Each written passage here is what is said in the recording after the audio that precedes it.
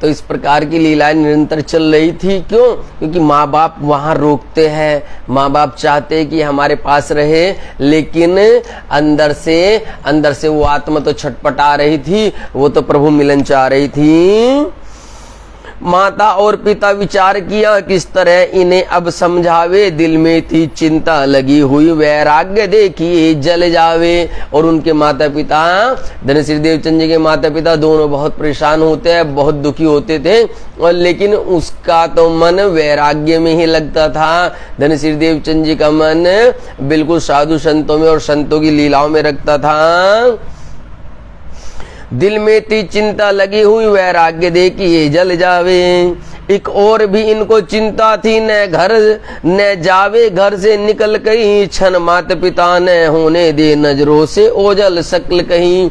इसलिए उनको ऐसा लगता था कि कहीं ये ऐसा ना हो कि ये घर बार छोड़ करके यहाँ से कहीं चला जाए और साधु बन जाए। इसलिए उनके माता पिता उनको बिल्कुल भी अपने से दूर, अपनी नजरों से ओझल नहीं करते थे। परंतु उस बालक के अंदर तो कुछ और ही लीलाएं चल रही थी। बालक तो चाह रहा था कि कैसे भी करके मैं यहाँ उमरकोट से चला जाऊं। क्यों?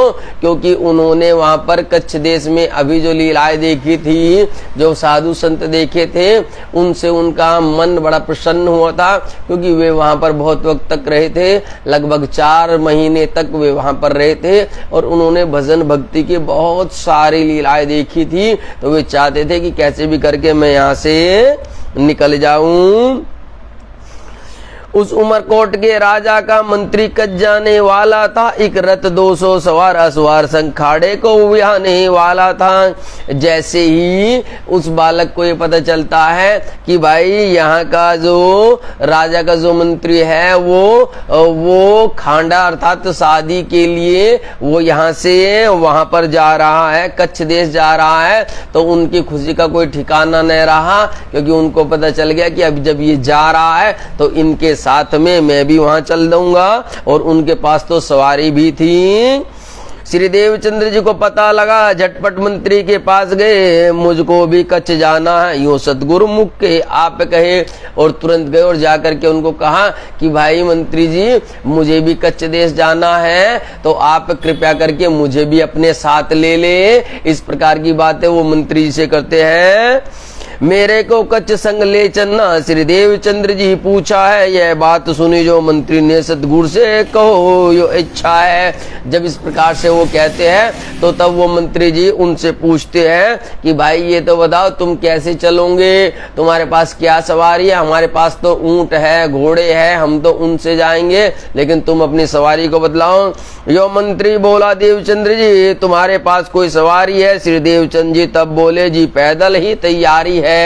लेकिन वो नन्हा सा बालक बोल देता है कि भाई मेरे पास तो न घोड़ा है और न ही ऊंट है, मेरे तो पैदल की ही सवारी है, इसलिए बस तुम केवल मुझे लेकर के चलो, मैं तो पैदल पैदल तुम्हारे साथ चल दूंगा। मंत्री ने कहा, तभी प्यारे हमारा तुम्हारा नहीं साथ निभे, तुम पैदल चलकर आओगे, हम असवारी पे जाए सभे। कहने अरे भाई तुम पैदल पैदल आओगे और हम घोड़े और ऊंटों पर आएंगे, बोलो तुम्हारा और हमारा संग कैसे होगा? तुम तो हमें नहीं पकड़ पाओगे। इसलिए वो उनको मना कर देते कि भाई अब तुम हमारे साथ नहीं जाना। दूसरे है मार्ग रेती का है, खोपनाक अति भयंकर, तुम कोमल छोटे बालकों संग दौड़ के पहुंचेंगे क्यों कर? और वे उनको समझाते हैं, अरे भाई वो तो रेतीला मैदान है, वहां पर तो बहुत बड़े बड़े रेत के पहाड़ होते हैं और चलते हुए भी रात्रि हो जाएंगी। भला तुम रात्रि काल में नन्हे नन्हे पैरों से चल करके, तुम अभी बहुत छोटे हो, कैसे तुम हम तक आओगे, कैसे तुम हम तक पहुंचोगे? इस प्रकार से वो उनको समझाते हैं।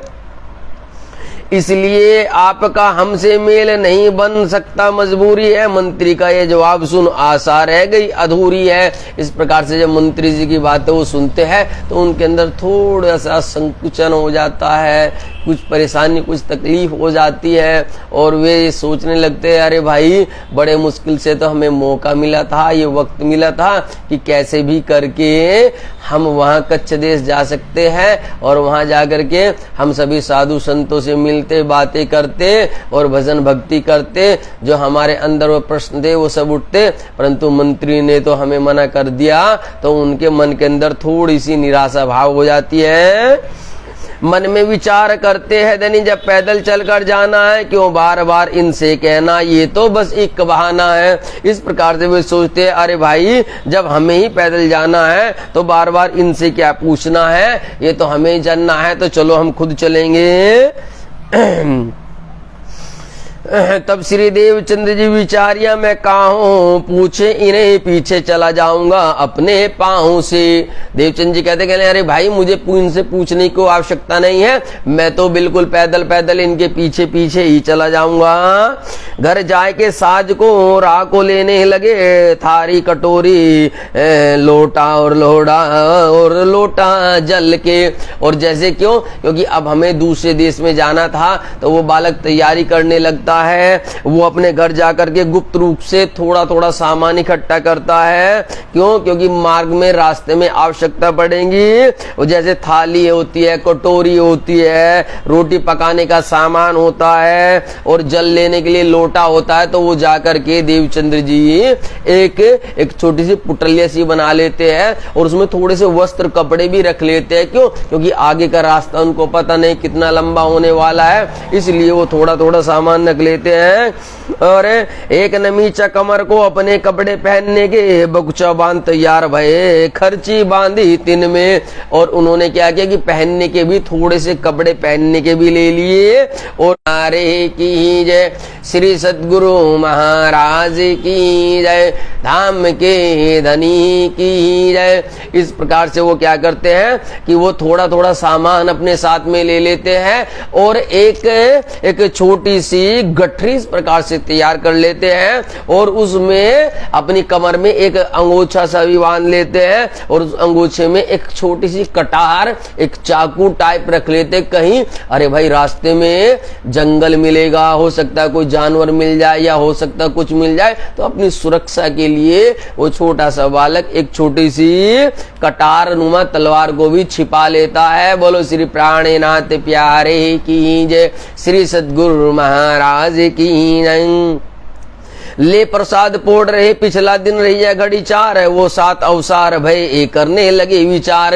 इस प्रकार से धन श्री देवचंद्र जी दोपहर के भोजन प्रसाद ग्रहण करके वो थोड़े से विश्राम करने लगते हैं और सोचते हैं कि भाई थोड़ा सा आराम कर लूंगा, जैसे ही संध्या समय में वो बारात जाएगी तो मैं उनके संग संग चल दूंगा। लेकिन यहाँ पर तो लीलाएं कुछ और हो जाती है, बिल्कुल उल्टी हो जाती है। उल्टी इसलिए हो जाती है क्योंकि जैसे ही वे भोजन करके लेट जाते तो उनके माता पिता क्या होते हैं, उस आंगन में आकर के बैठ जाते हैं।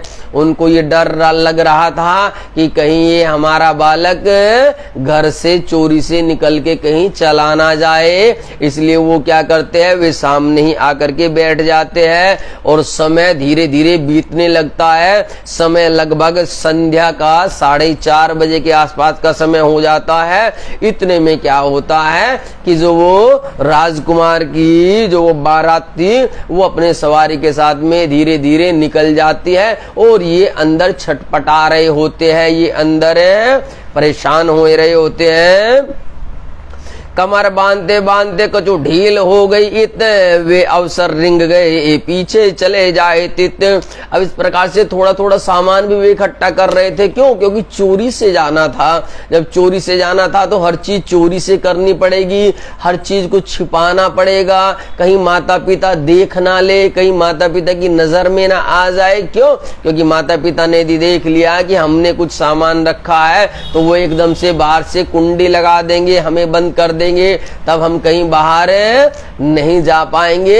इसलिए धीरे धीरे थोड़ा थोड़ा सामान करते करते बहुत वक्त गुजर जाता है और सामने से माता पिता नहीं हटते हैं, इसलिए वो बारात चले जाते और ये घर पर ही रह जाते हैं।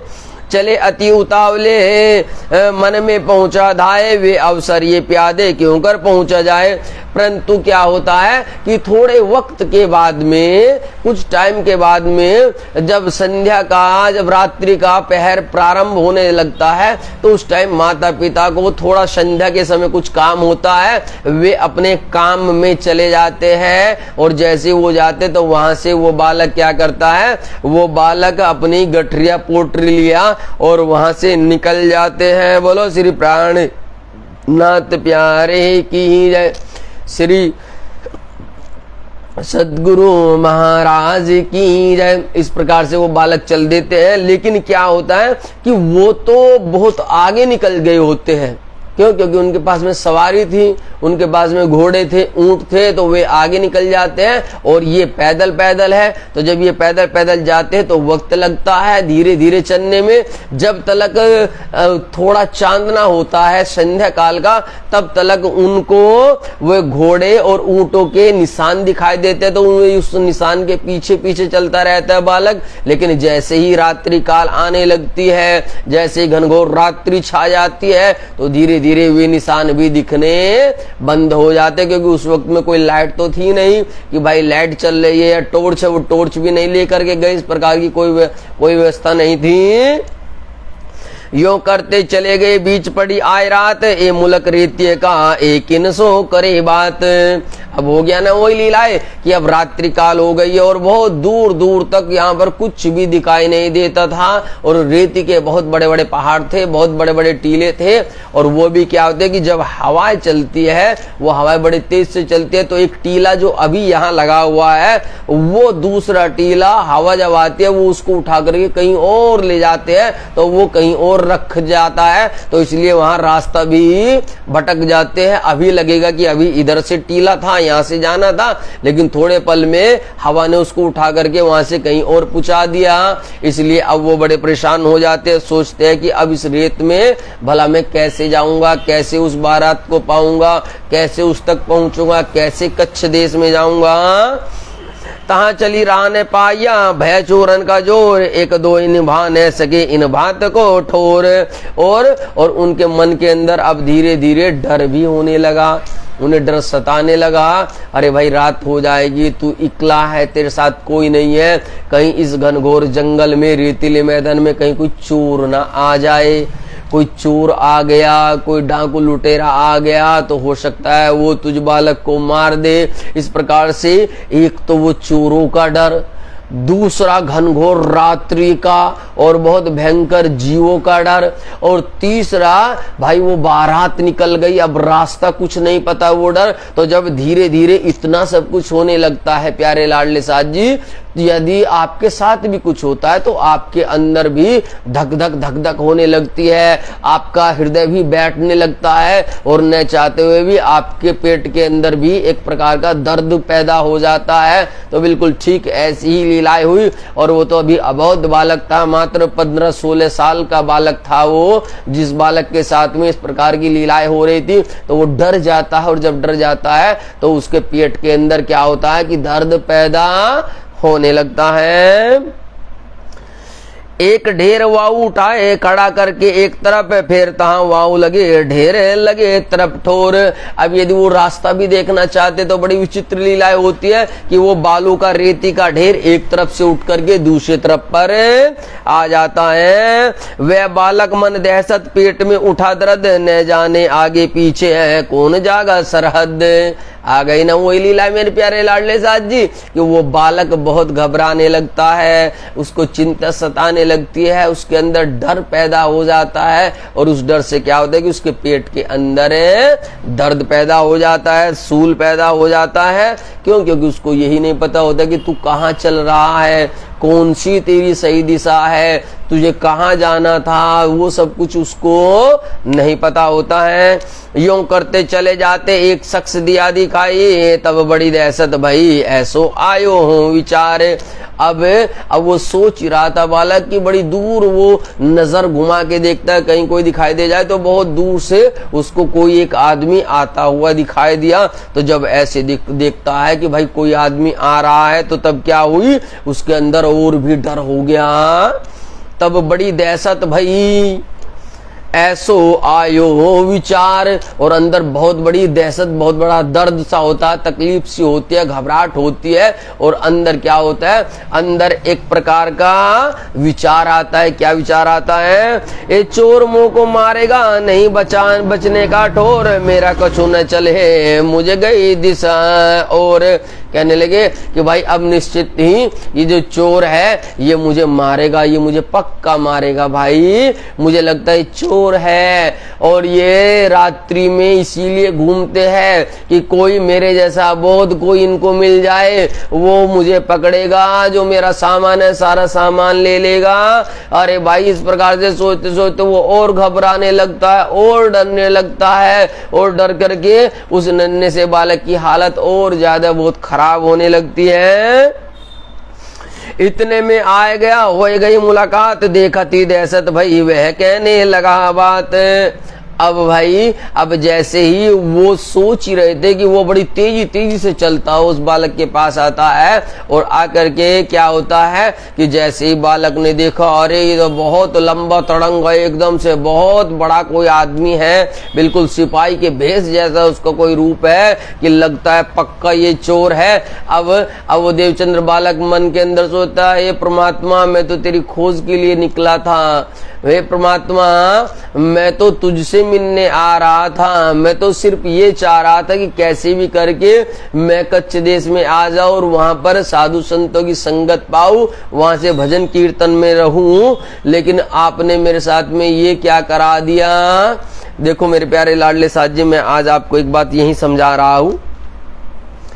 कभी कभी क्या होता है, उस परमात्मा की लीलाओं को हम नहीं समझ पाते हैं। बिन परमात्मा की लीला को जाने ही हम अपना डिसीजन करने लगते हैं, हम एक प्रकार से फैसला ले लेते हैं और हम न चाहते हुए भी सच्चे आदमी को हम दोषी सिद्ध कर लेते हैं। जैसे एक उदाहरण मैं देता हूं, छोटा सा उदाहरण। कहीं पर आप रास्ते में कोई जा रहा है, बहुत गर्मी है, धूप है, एक बाहर पेड़ खड़ा है, वो पेड़ के नीचे खड़ा हो जाता है एक आदमी। तो क्या होता है, दो पैर में वो पेड़ के नीचे छांव के नीचे खड़ा हो गया, तो ऊपर से एक खिड़की खुलती है और खिड़की खुल करके वहां से कोई आदमी नीचे आवाज देता और कहता, अरे भाई गर्मी हो रही है, थोड़ा तुम सस्ता लो, मैं तुम्हारे लिए पानी लेकर के आता हूं। तो उसको गर्मी में कितनी राहत मिली, एक तो गर्मी में राहत मिल गई, दूसरा इतना अच्छा आदमी मिल गया कि भाई चलो वो उसको प्यास भी बुझा रहा है। लेकिन 5 मिनट हुई, 10 मिनट हुई, 15 मिनट, जब लगभग 15 मिनट होती है तो उस आदमी के अंदर विचार पैदा होने लगते, क्या, अरे भाई कैसा धूर्त आदमी है, बोला कितना पापी आदमी है। अरे कम से कम ये देखा नहीं कि गर्मी हो रही है, एक आदमी चल करके आया, उसको प्यास लगी, पानी दे दे रहे, पानी ही तो मांगा और मैंने तो मांगा भी नहीं, उसने कहा। तो कहने लगे, अरे भाई बड़ा धूर्त आदमी है, तो बहुत ज्यादा बेकार आदमी है, चलो यहाँ से चलते हैं। जैसे ही वो विचार बना रहा था, जैसे चलने वाला था कि उसके घर का दरवाजा खुलता है, वो आदमी आता और वो कहता है, अरे भाई मुझे क्षमा करना भाई, मैंने सोचा तुम इतनी दूर से चल के आए और इतनी गर्मी हो रही है तो तुम्हें पानी क्या पिलाए, चलो तुम्हारे लिए मैं एक ठंडा बना लेता हूँ। तो उसने एक शिकंजी बना ली। कहने भाई मैं तो शिकंजी बनाने गया था तो सोचा कि तुम्हें अच्छी लगी। अब जैसे शिकंजी की बात सुनी तो वो आदमी अरे भाई ये तो बहुत अच्छा आदमी है, अरे मैं तो इसके लिए खामखा ही गलत विचार कर रहा था, ये तो बहुत बढ़िया, मैं तो खामखा इसको गाली दे रहा था, ये तो बहुत अच्छा, लाओ भाई लाओ शिकंजी पिलाओ। अब जैसे ही वो शिकंजी पिया, उसने जैसे घूंट मारी तो वो क्या देखा कि इसमें तो मीठा ही नहीं है। अब वो उसको कहता, अरे भाई क्या तेरे घर में मीठा खत्म हो गया था, क्या तेरे पास मीठा नहीं था, अरे जब मीठा नहीं था तो शिकंजी क्यों बनाई। तो वो अंदर सोचता है कि यार कितना कंजूस आदमी है, ये तो बहुत बेकार आदमी है। ऐसे सोच ही रहा था कि उस आदमी ने तुरंत अपनी जेब में हाथ दिया और मीठे की चीनी की पुड़िया निकाली और बोला, भैया मैं चीनी डालना तो सोच रहा था, लेकिन मैंने सोचा कहीं तुम्हें शुगर ना हो, इसलिए मैं सोचा कि तुमसे पूछ करके चीनी डालूं, इसलिए मैं चीनी साथ लाया हूं। अब जैसे ही सुना तो उस आदमी का विचार और बदल गए। कहने अरे भाई ये तो बहुत अच्छा आदमी है, बहुत बढ़िया आदमी है भाई, मैं तो तुम्हारी फिर से गलत सोच रहा था। तो मेरे प्यारे लाडले साहब जी, यही लीला यहाँ होती है। आज का जो माना होता है, ये जो भी है वो क्या है, उसका पल पल विचार बदलते हैं, उनका घड़ी घड़ी विचार चेंज हो जाते हैं। और जब विचार चेंज होते हैं तो वो न चाहते हुए भी अच्छे आदमी को बुरा समझने लगते हैं। वो कभी कभी परमात्मा का जो आदेश आता है, परमात्मा की जो लीलाएं होते हैं, उन लीलाओं को वे नहीं समझ पाते हैं और परमात्मा की लीलाओं के ही विरुद्ध हो जाते हैं। इस प्रकार से यहाँ पर भी कुछ ऐसा ही हो रहा है कि वे परमात्मा की लीला नहीं जानना है, वो अबोध बालक, और जो स्वयं परमात्मा बन करके आया है उसको ही चोर समझ रहा है, उसको ही डाकू डकैत समझ रहा है और सोच रहा है कि भाई अब ये मुझे मारेगा। बोलो श्री प्राणनाथ प्यारे की जय, श्री सद्गुरु महाराज की जय। ए भेद सिपाही का कमर कटारी, तलवार मोह दाढ़ी हाथ बरछी, ऐसो भेष लियावन हारे। और वो बालक देख लेता है कि भाई ये तो सिपाही का भेष है और इसके पास तो तलवार भी है, भाला भी है, इसके पास में सब कुछ है, ये पक्का मुझे मारेगा। ऐसे उनके अंदर भाव आते हैं। मुख से आए वचन के छोड़ो कमर तलवार, मुंह मूंदा दहशत से कछु न आयो विचार। अब उस बालक को ऐसा लग गया कि ये निश्चित ही मुझे खत्म कर देगा, ये निश्चित ही मुझे मार देगा। तो तब वो जो सिपाही रूप में होता है वो उसको कहते हैं अरे भाई ला, ये अपनी तेरी गठरी है जो ये उसको मुझे दे। तो जैसे वो गठरी मांगते हैं तो तब क्या सोचते हैं, हाँ देखो मैं सोच रहा था ना ये चोर है, ये मेरा सामान लूट लेगा, देखो सामान तो इसने अब लूट लिया, अब ये पक्का निश्चित मुझको मारेगा। इस प्रकार से डर की वजह से क्या होता है, उनका मुंह बिल्कुल बंद हो जाता है और वो बिल्कुल शांत हो जाते हैं। तुरंत तलवार छोड़ के दई हाथ में श्री राज, कहा छोड़ तो गठरी ए बातें देखी इन काज। बोलो श्री प्राणनाथ प्यारे की जय, श्री सद्गुरु महाराज की जय। यहाँ से वो क्या करते हैं कि यहाँ से उनकी गठरी वो स्वयं ले लेते हैं श्री राज जी, और उनको क्या करते हैं कि जो एक अंगोछा होता है वो नीचे बिछा देते हैं और कहते हैं कि अब तू इस पर लेट जा। इस प्रकार से उस बालक को कहते हैं तब जानिया मुझे मारेगा, उन पे कहे सुकन बिछाए पिछोड़ी सुहाए, तब कांपने लगा मन। इस प्रकार से क्या होता है कि वे नीचे वो बिछोने बिछो देते हैं और उस पर कहते कि अब तुम इन पर लेट जाओ। जैसे ही वो लेटने लगते हैं तो अब उस बालक को, नन्हे से बालक को ये लगता है कि हाँ ये पक्का अब मुझे मारेगा, पक्का ये मुझे मारेगा। क्यों?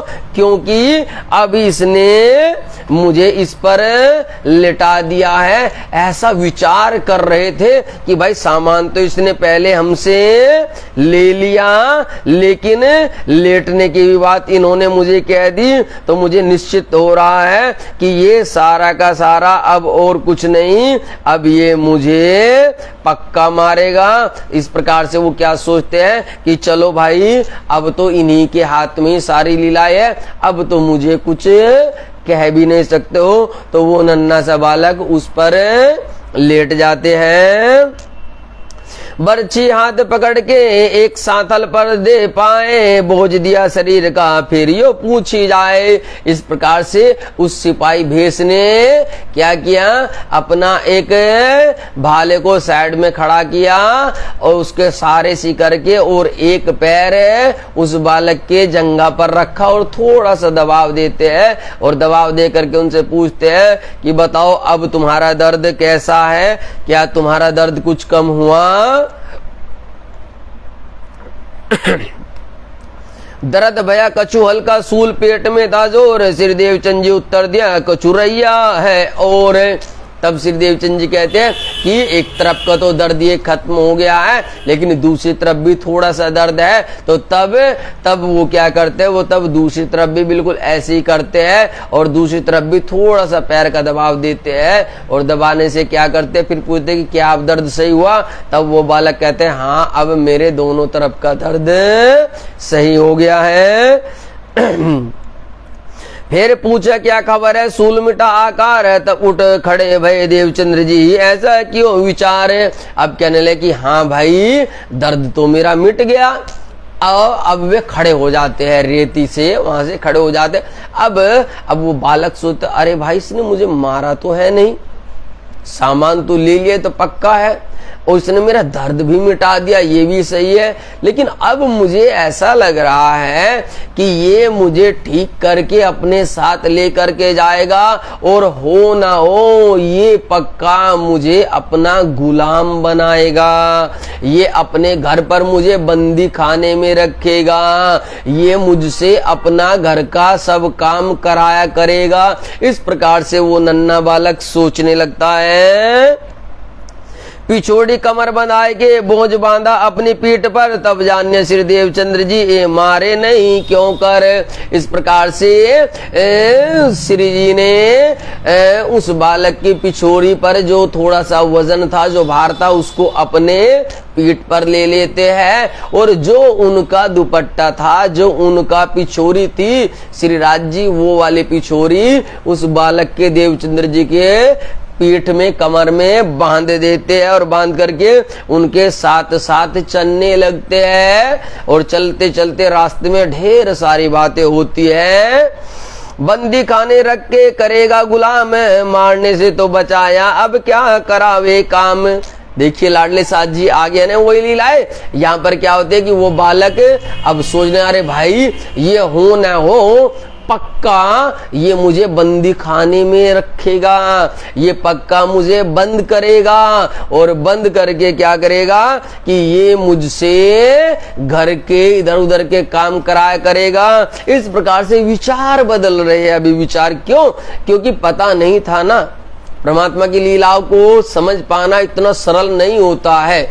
भले ही जीव के ऊपर आत्मा भी आ जाए, देखिए वहां से जीव के ऊपर ब्रह्मधाम की दिव्य आत्मा सुंदरबाई है और श्री श्यामा जी का आवेश है। बड़े ध्यान से सुनिएगा इन बातों को मेरे प्यारे लाडले साथ जी। श्यामा जी का आवेश आया हुआ है जो मूल पटरानी है, और सुंदरबाई जो 40 जुत्त में से एक जुत्त की सिरदार है, और फिर बहुत ही तपस्वी जीव, बहुत तपस्वी जीव जिसने बहुत तप किया। इन तीनों का मिलन, इन तीनों का संगम हुआ है, और साथ में फिर अंग संग राज्य है। उसके बाद भी न तो जीव पहचान पा रहा है, न ही आत्म पहचान पा रही है। इसलिए मेरे प्यारे लाडले साथ जी समझो कि हमें और तुम्हें तो ये भी नहीं पता है कि क्या हमारे जीव के ऊपर ब्रह्मधाम की कौन सी आत्मा आकर के विराजमान हो गई है, कौन सी आत्मा आई है या नहीं, हमें तो ये भी नहीं पता है। हमें तो ये भी नहीं पता है कि हमारा जीव भक्तिमय था क्या उसने पूर्व जन्मों में भक्ति किया है क्या, या अभी भी भक्ति कर रहा है नहीं। हमारा तो जीव भी इस प्रकार का नहीं है। और मेरे प्यारे लाडले साथ जी हमें तो ये भी नहीं पता कि राज्य अंग संग एकदम है कि नहीं। तो सोचो मेरे प्यारे लाडले साथ जी, सोचो कि उस वक्त उनके साथ में इतना कुछ होने के बाद में कितनी कसनी करनी पड़ती है। परमात्मा संग संग रहते हैं, पता नहीं चलता है। तो सोचो मेरे प्यारे लाडले साथ जी, यदि हमारे और तुम्हारे सामने प्रकट भी हो जाए, परमात्मा सामने आ भी जाए, तो देखो हम कैसे पहचानेंगे, हम कैसे जानेंगे। ये बहुत गुज्ज लीला है मेरे प्यारो, बहुत गुज्ज लीला है। मिल दो यहाँ से चले राह में अतजोर, लगे बात लौकिक पूछने, कहो कौन तुम्हारी ठोर। और यहाँ से क्या होता है, यहाँ से चल करके वे सारी की सारी बातें पूछने लगते हैं, और पूछ करके उनसे बात करते हैं और कहते हैं कि भाई ये तो बताओ तुम वहां पर क्या करने जा रहे हो, कैसे हो, तुमने क्या किया, तुम्हारे माता पिता का क्या नाम है। इस प्रकार से सारी की सारी लीलाएं जब होती है, जब उनसे धीरे धीरे पूछते हैं, तो तब जाकर के उनको ऐसा क्यों कर रहे थे ये भी ध्यान दीजिए। ये इसलिए ध्यान देने की बात है मेरे प्यारे लाडले साथ जी, क्योंकि जब किसी का डर होता है, जब किसी को समस्या होती है, तो उसका डर, उसकी समस्या काटने के लिए उसका ध्यान को दूसरी तरफ ले जाना होता है। और जब हम उसके ध्यान को दूसरी तरफ ले जाते हैं तो वो अंदर से थोड़ा सा अपने आप को बिल्कुल सेफ समझता है। अब यहाँ पर बतला रहे हैं कि यहाँ पर लगभग कितने वर्ष की उम्र हुई थी। बरस 16 7 महीना करी जी विधि खोज, भेष मत पत दरस गुरु विधि कई पीछे सोज। वृतांत मुक्तावली की दिव्य लीला है मेरे प्यारे लाडले साथ जी। यहाँ से अब देखिए, ये अब तक श्री लालदास जी कृत बीतक की चौपाई चल रही थी, अब साथ में वृतांत मुक्तावली का प्रसंग है, बिल्कुल साथ साथ चलता है। यहाँ पर बिल्कुल और खोल करके बताया गया है कि यहाँ पर उनकी लगभग 12 वर्ष से 16 वर्ष तक की उम्र तो उनकी वहीं पर ही गुजर जाती है, परंतु जब अब ये घर छोड़ करके चल रहे हैं तो इनकी उम्र 16 वर्ष से ऊपर शुरू हो जाती है। कितना होती है और लगभग कब जाते हैं वो? मास माधव तिथि त्रयोदशी व्यवहार उत्सव उमर कोट सुबाद धर्म दया वचन अतिचव की। जब धन श्रीदेव चंद जी घर से निकलते हैं तो तब क्या होता है? तब वैशाख मास की त्रयोदशी का दिन था।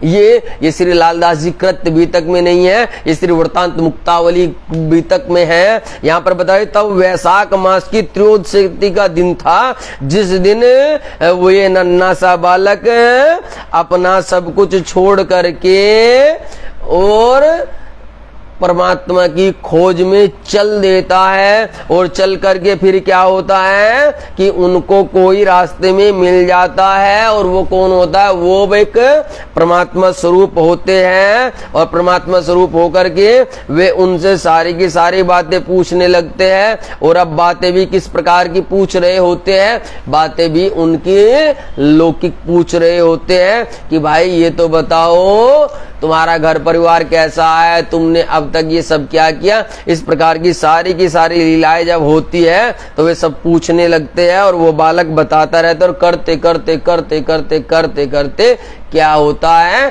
कि वे बिल्कुल बारात के नजदीक पहुंच जाते हैं। और जैसे ही प्रातः थोड़ा सा दिन होने लगता है, थोड़ा सा रोशनी होती है, तो तब वो जो स्वरूप होता है, वो जो सिपाही भेष में जो आदमी होता है, वो उनको कहता है बालक को कि ये बालक देखो, तुम्हारी यही बारात है क्या? तुम्हें यहीं तक आना था क्या? इस प्रकार से जब वो देखते हैं कि हाँ भाई, हम तो बातों बातों में इतनी जल्दी यहाँ आ गए, हमें तो पता भी नहीं चला। इस प्रकार से जब वो पीछे मुड़ के देखते हैं कि चलो भाई, कम से कम जो है मैं इनको भी, क्योंकि रात में ये भी हमारे साथ चल रहे हैं, ये चोर तो है नहीं, इन्होंने हमें मारा तो नहीं है, भाई भूखे प्यासे होंगे ये भी, चलो इनको भी साथ में बारात में लेकर के चलते हैं। ऐसा जैसे विचार करके थोड़ा सा पीछे मुड़ के देखा तो क्या होता है कि वो स्वरूप वहां से गायब हो जाता है। बोलो श्री प्राणनाथ प्यारे की जय, श्री सद्गुरु महाराज की जय। नाम माता को पूछा तो और कुटुंब परिवार है, ताको उत्तर देते हैं चले जाए तिल्लार। देवचंद्र उत्तर दियो रहे उमरकोट गांव में, मतु मेहता जी पिता करे सौदागरी का काम। फिर खबर देश की पूछने लगे सुगन, कौन राजा तुम देश को ताको कहो चलन। कौन वजीर ताके रहे क्यों कर चलत व्यवहार, कि ऐसे बातें लौकिक पूछे करे विचार। यो करते पूछत चले पंथ करते जाए, रात रही थोड़ी बाकी सात को पहुंचे जाए। इस प्रकार से वे बिल्कुल उनके पास में आ जाते हैं। उस जगह खड़े रहे, पिछोड़ी छुड़ाई कमर से, अपनी पीठ पर गांठड़ी सो दई श्री देवचंद्र जी को इन समय। अब यहाँ पर क्या होते हैं, यहाँ पर वे उन बालक से कहते हैं कि देखो भाई, जो हमने तुम्हारा सामान रखा था, ये तुम्हारा सामान हम तुम्हें लौटा रहे हैं। अब वे अपना सामान उनको लौटा देते हैं, उनका जो सामान था। अब उस बालक को लगता है भाई ये तो चोर नहीं है, मैं तो खामखा इसके लिए ऐसा सोच रहा था। इन्होंने तो देखो जो मेरी गठरी थी, और इस गठरी में क्या था, इस गठरी में बर्तन थे, थाली थी, कटोरी थी, उसमें एक छोटा सा तवा था, थोड़ा खाने का सामान था, 2-4 जोड़ी कपड़े थे, इस प्रकार का सामान था कि वो भी इसने हमें वापस कर दिया। और कहते कि देखो भाई, ये जो तुम्हारी कमर में हमने जो पिछोड़ी बांधी थी, अब जरा इसको खोल करके हमें दे दो।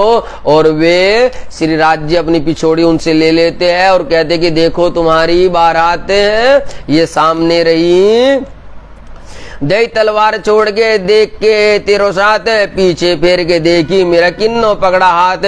इस प्रकार से श्री राज जी ने श्री देवचंद जी को जो उनकी एक वो बर्छी भी ली हुई थी वो भी उनको दे देते हैं कि भाई तुम ये ना सोचना कि हम तुम्हारी ये नहीं, वो भी दे देते हैं। तो इस प्रकार से जब सारा ही कुछ सामान दे देते हैं उस बालक को, तो वो बालक सोचता अरे मैं तो इनके बारे में कितना गलत सोच रहा था, कितना बुरा सोच रहा था, ये तो कितने अच्छे हैं, इन्होंने तो मेरी बर्छी भी दे दी, मेरा सामान भी दे दिया। ऐसे सोच करके जैसे वो बारात को देख रहे थे और इतने में पीछे से वो स्वरूप गायब हो जाता। और जैसे गायब हो जाता तब वे सोचते अरे भाई आखिरकार कौन मेरे साथ था और कौन मुझे यहाँ तक लाया है। इस प्रकार विचार कर रहे थे तो अंदर से उनके भाव आ जाते कि हो न हो ये वही थे जिनको खोजने के लिए मैं घर से निकला हूँ, ये वही परमात्मा है और मैं जाने अनजाने में उनको नहीं पहचान पाया। इस प्रकार से अब वे बड़ा दुखी होते हैं, बड़े तकलीफ में होते हैं।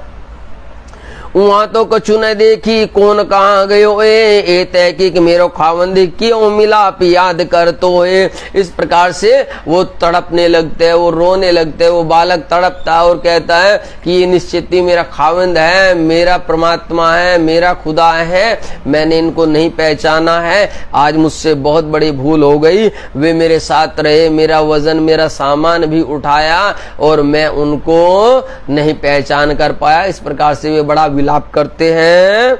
फेर के तब विचारिया मेरे तो यह सिर पर जहां कहूं मैं डार हो ये छोड़े नहीं क्यों कर। अब इस प्रकार से वो बालक निश्चित हो जाता है और उस बालक को लगने लगता है कि भाई अब कोई दिक्कत की बात नहीं, मैं जहां भी रहूंगा जैसे भी रहूंगा ये परमात्मा मेरे साथ है और ये परमात्मा मेरा साथ नहीं छोड़ेंगे। ये तो तय की खुआ धनी है मेरे हाजर, भले अब कहाँ जाएंगे खोज ले हूं इन पर।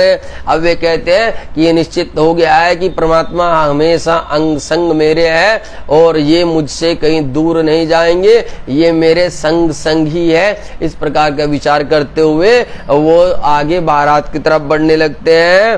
तब सन्मुख चले साथ को आवत रोके तिन, कौन है कहाँ आवत नाम श्री देवचंद्र इन। अब जैसे वो बारात के पास पहुंचने लगते हैं तो तब क्या होता है कि वहां पर जो वे पहरेदार होते हुए उनको रोकते हैं, अरे भाई तुम कौन हो, कहां से आए हो, इतनी रात में कौन है। क्यों? क्योंकि उनको ऐसा लगता है कि शायद कोई चोर वोर ना आ गया हो। तब वे कहते नहीं भाई मेरा नाम देवचंद्र है और मैं मंत्री से मिला हूँ और मुझे तो कच्छ देश में जाना था, मेरा पहले से प्रोग्राम था। जब ऐसी बातें करते हैं तो वे उनको उनके सामने ले आते हैं। तब ले चले सिरदार पे, उनसे पूछे सुकन तुम क्यों आए हमको मिले, बड़े अचरज भय ओ मन।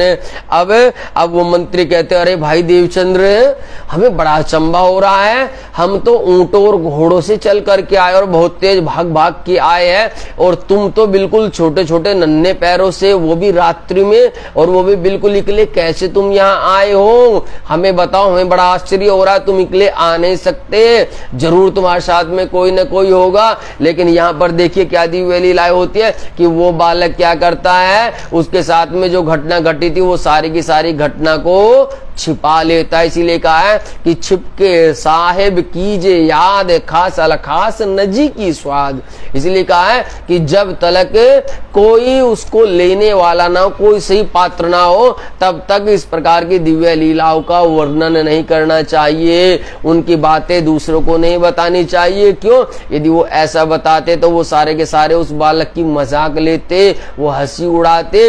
इसलिए वो क्या करते हैं, वो बालक सारी की सारी लीलाओं को छिपा लेता है और वो कहते हैं अरे भाई बस मैं तो तुम्हारे पैरों के निशान देखते देखते ही चला आया हूं। इस प्रकार से वो बात कहते हैं क्यों कर रहा पाए तुम, क्यों पहुंचे असवारों संग। तब जवाब श्री देवचंद जी दिया, आए चले जैसे वंग। कहने अरे भाई मैं तो हवा के जैसे दौड़ता दौड़ता चला आ रहा हूं, बस तुम्हारे लोगों के निशान देखते देखते मैं आ गया हूं। तुम्हारे पीछे चला है, कदमों धरे कदम है, पांव अपने बल से चले मार्ग आए हम। कह दिया ना कि हम तो भाई तुम्हारे कदमों के कदम पर पैर रखते रखते धरते आ गए। सबो बड़ा अचरज पाए, कई खोलो कमर, वे पुनः डेरा डांडी पछाड़ी, कोई था आग जलावन पर।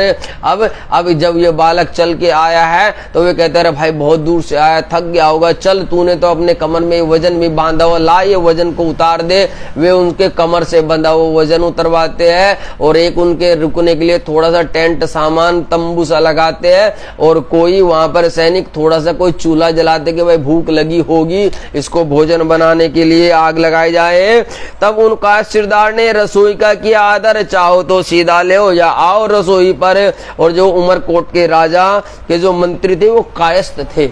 कायस्थ एक जाति होती है, उस जाति के थे, और कायस्थ जाति के धन श्री देवचंद जी थे। तो तब वे उनको आदर पूर्वक पूछते हैं, अरे भाई देवचंद्र तू तो वैसे भी बालक है, हमारे बालक समान है, हमारा बेटा समान है, आ जाओ हमने ही रसोई बनाई है, तुम यहीं पर भोजन कर लो। लेकिन देवचंद जी क्या कहते कि नहीं नहीं, मैं यहाँ आपकी रसोई में भोजन नहीं करूंगा, मैं सामान लेकर के आया हूँ, मैं अपनी रसोई स्वयं ही बनाता हूँ। तब श्री देवचंद जी ने यूं कर दिया जवाब, मैं अपने हाथों करा तो कहिया कास्त तिनके वावे, मैं तुम्हारे भंडारे से सीधा ले हो तुम। तब श्री देवचंद जी ने कहा घर से सीधा ले आए हम। अब वे कहते अरे ठीक है चलो, रसोई का भोजन ने प्रसाद करते हो तो हमसे बनाने का कच्चा सामान ले लो, हमारे पास में नमक मिर्च मसाला सब है, दाल वाल जो है तुम जो चाहिए तुम वो ले लो। लेकिन वो कहते कि नहीं नहीं भाई, मैं तो घर से अपना सारा का सारा सामान लेकर के आया था, तुम मेरी चिंता ना करो, मैं अपनी पोटली को खोलता हूँ, अपना सामान मिलाता हूँ और अपनी थोड़ी सी जो भी कुछ तारीख खिचड़ी बनानी होते वो बना लूंगा और वो खा लूंगा। इस प्रकार का जवाब वे मंत्री को देते हैं। तब कास्त दुख पाए के कहीं हमारे ना ये रवे से, हमारे न्यात का ले हम पे हो तुम हमारे खे से। तब सीधा तिनका लिया करी रसोई, तब जो स्वरूप दर्शन पाए था ताको रसोई और होगा ही तब। अब देखिए अब क्या होता है, क्योंकि वो मंत्री भी कास्त थे और दूसरी बात वो भी कास्त थे, और फिर एक और बात कि वो उनसे आग्रह कर रहे हैं। तब जाकर के वो सोचते हैं बालक, अरे भाई यदि मैं इनसे नहीं लूंगा हो सकता कभी ये नाराज हो जाए और ये मुझे अपने साथ ले जाने से मना करे, क्योंकि मंत्री है भाई, मना कर सकता है, फिर से दिक्कत आएगी। तो इसलिए वो क्या करते कि ठीक है जब आप इतनी जिद कर रहे हैं, आप हमारे साथी हैं, हम भी आपके साथी हैं, तो चलो मैं आपकी रसोई से कच्चा सामान ले लेता हूँ। तो वे उनसे कच्चा सामान ले लेते हैं और उससे क्या करते हैं अपना भोजन बनाते हैं। और जैसे भोजन बनते हैं तो तब क्या करते हैं, वे भोजन बनाने से पहले भोग लगाते हैं। और भोग किसको, भोग उसी ही स्वरूप को लगाते हैं जो वो सिपाही भेष में दिखा था। क्यों, क्योंकि वो परमात्मा है, उसका ही ध्यान करते हैं और ध्यान करके उसको भोग आरोगते हैं। तब जाकर के प्रसाद लेते हैं। प्रसाद लेके पोड़े रहे, फेर के उठे, जब उठ के गए चलने को हुए तैयार है सब। तब वे वहां से उठ करके साथ में चलने को तैयार हो जाते हैं। तब उन कायस्थ ने कहिया अपने लोगों को, दो ऊंट पर असवार किए थे शामिल हो उनमो। तब उनने उत्तर दिया हमें जने चार है। तब कहिए पांचवा है तुम शामिल करो असवार। इन बात श्री देवचंद जी आए पहुंचे कच्चमो, गए लोग अपने ठोर आप लगे खोज में। श्री मामत कहे साजिए श्री देवचंद जी की बीता के आगे खोज करेंगे। सो बातें बड़ी बुजुर्ग, सो बातें बड़ी बुजुर्ग, बोलो श्री प्राणीनाथ प्यारे की जय, श्री सद्गुरु महाराज की जय। यहाँ पर क्या होता है कि जैसे वो भोजन करके लेट जाते हैं तो कुछ समय, क्योंकि प्रातः होने वाली थी, दिन निकलने वाला था, और तो थोड़ा सा वो लेट जाते और जैसे दिन का थोड़ा सूर्य सा होने लगता, प्रकाश होने लगता, तो वे सब उठ जाते हैं और उठ करके जाने की तैयारी करते हैं। तो तब मंत्री अपने सिपाहियों से कहता है अरे भाई ये बोलो ऊंट के ऊपर कितने आदमी बैठे हैं। उन्होंने कहा कि जी 2 ऊंट है और उस पर हम 4 जने बैठे हैं। तब वे कहते हैं ऐसा करो एक इस बालक को भी बैठा लो। तो वे साथ में उस बालक को बैठा लेते हैं देवचंद जी को, और वो ऐसे करके कच्छ देश में पहुंच जाते हैं। जैसे से पहुंचते हैं तो तब कहते कि देखो भाई हमारी तो बारात आ गई, हमें जहां जाना था हम जाएंगे, अब देवचंद्र तुम्हें जहां जाना है तुम जाओ। तो वे वहीं पर उतर जाते हैं और उतर के वे अपनी खोज में लग जाते हैं। इसीलिए धनी ने कहा कि श्री मामत के साथ जी श्री देवचंद जी की भी तक आगे खोज करेंगे। सो बातें बड़ी बुजुर्ग कह रहे कि आगे किस किस प्रकार से खोज करते कच्छ देश में, उसका वर्णन आपको कल सुनाया जाएगा, क्योंकि वक्त भी 10:30 बज चुके हैं। बोलो श्री प्राणनाथ प्यारे की जय, श्री सद्गुरु महाराज की जय। सदा आनंद मंगल में रहिए, सदानंद मंगल में रहिए। बाला इसके सुराही प्रेम का प्यारा, इसके सुराही प्रेम का प्यारा, अंतर आत्म छकी रहिए। सदा आनंद मंगल में रहिए, सदा आनंद मंगल में रहिए, सदा आनंद मंगल में रहिए। बोलो श्री प्राणनाथ प्यारे की जय, श्री सद्गुरु महाराज की जय। प्रणाम जी प्रणाम मेरे प्यारे लाडले साथ जी, प्रणाम जी प्रणाम।